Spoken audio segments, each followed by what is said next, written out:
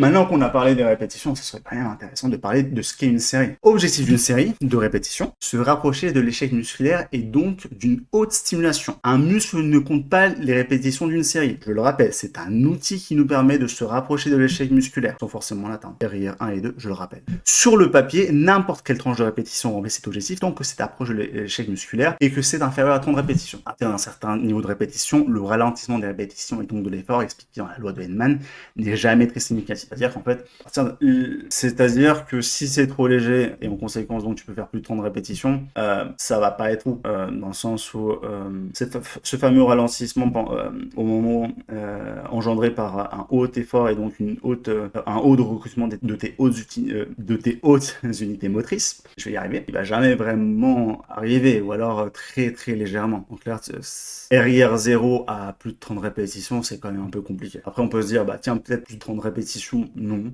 pas forcément. Et je vais expliquer pour une raison très simple. Moi, ce que je vous recommande d'emblée, c'est 4 à 8 répétitions, peut-être des fois de temps en temps, 8 à 12. Je fais jamais ça. Enfin, je le faisais fut un temps, mais je ne le fais plus. Moi, je suis concrètement,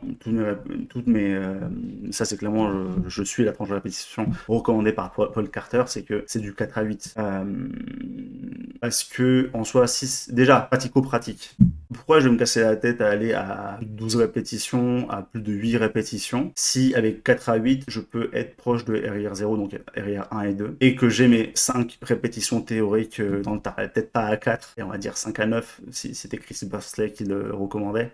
Donc voilà, je vais pas rester plus de temps à faire ma série si justement, moi, la haute stimulation que je recherche, elle peut très bien se combler avec 4 à 8 répétitions ou 5 à 9.